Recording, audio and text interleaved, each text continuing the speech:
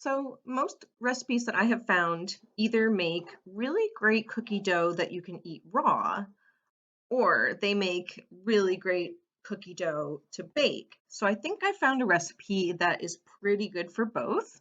You can see in the underneath the video our list of ingredients.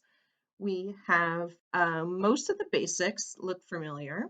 We have our regular flour, 2 cups of flour. We've got a cup of regular white sugar. We're going to be using a teaspoon of baking soda. And our magic ingredient is unsweetened applesauce. This is going to replace the eggs.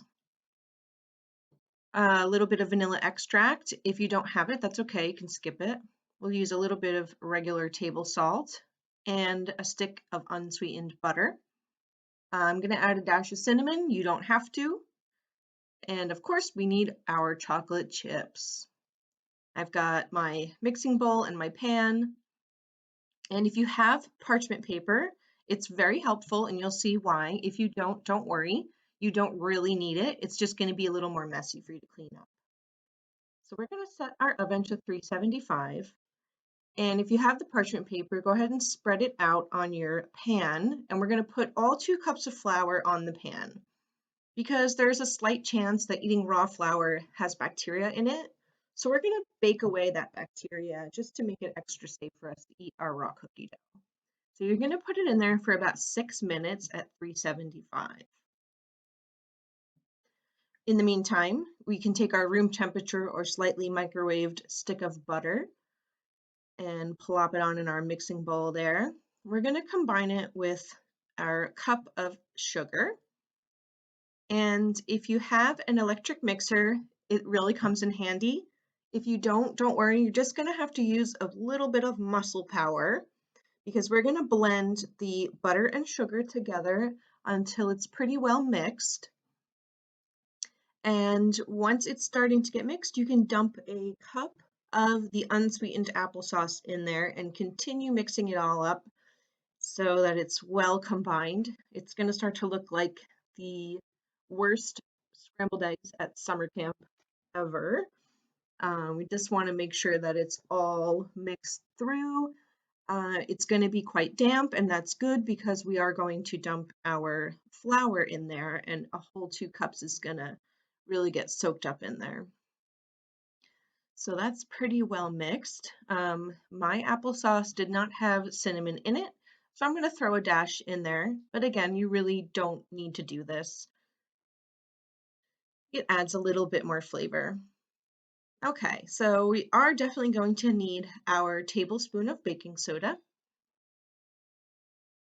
We're going to need our, teaspoon of baking soda. We've got half a teaspoon of salt, and then a full teaspoon of the vanilla extract, which again, if you don't have that in your house, that's perfectly fine. You don't need it. It just adds a little bit of flavor, but no big deal. You can leave it out.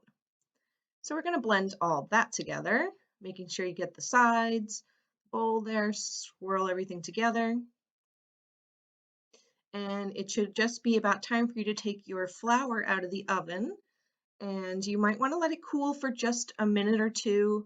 It mixes a little bit better if it's not super hot.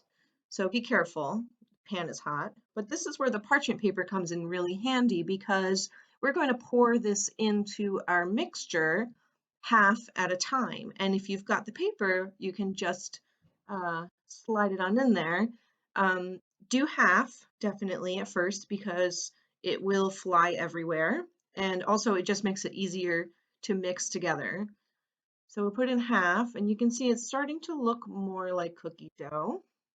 And if you don't have the electric mixer going, this is about the time when your muscles are going to start getting tired, but I promise you it will be worth it. Now, if you want to save that parchment paper, if you're using it, you can put it right on your pan when we plop our cookies on if you decide to bake some of your dough. And you will have enough to do some baked and some raw. So we're going to get this all mixed together. We don't want to overmix, but we do want to make sure that everything is combined and that all the flour is damp. And now it's really starting to look like cookie dough. And guess what? You can go ahead and taste it. It's perfectly safe. No raw eggs and well-baked flour. It's pretty good. Go ahead and dump your chocolate chips in there. Now we don't want to overmix our dough, so we're just going to gently fold the chocolate chips in the mix there. I didn't put too many, but you can go ahead and put more than I did. I like to have some cookies that are a little less chocolatey. So we mix it all up, and like I said, you can put the parchment paper right down there on your pan and use that for easier cleanup. And we're going to take tablespoonfuls of dough and kind of plop it on, leave an inch between the cookies because they will spread out and flatten a little as you bake them. And here we have, see, quite a bit of dough. So we're going to bake these for about 12 to 15 minutes on the top rack of the oven, which is still at 375 from earlier, which works out very nicely. So you want to put them on the top rack because while they cook all the way through, we don't want the bottoms to burn. So about 12 minutes, we'll do it. And when they come out, they're going to be a little fluffier and a little lighter looking than normal cookies because the eggs are missing and the eggs make them a little bit darker. But as you can see, they will flatten out as they cool down. And there we have very delicious, very yummy cookies, the best of both worlds. So let me know how yours turn out. If you do anything different, maybe oatmeal spice or something a little different, let me know. I would love to hear from you if you've made this recipe and if you make any changes. You know Miss Emily loves to experiment when she's cooking and baking.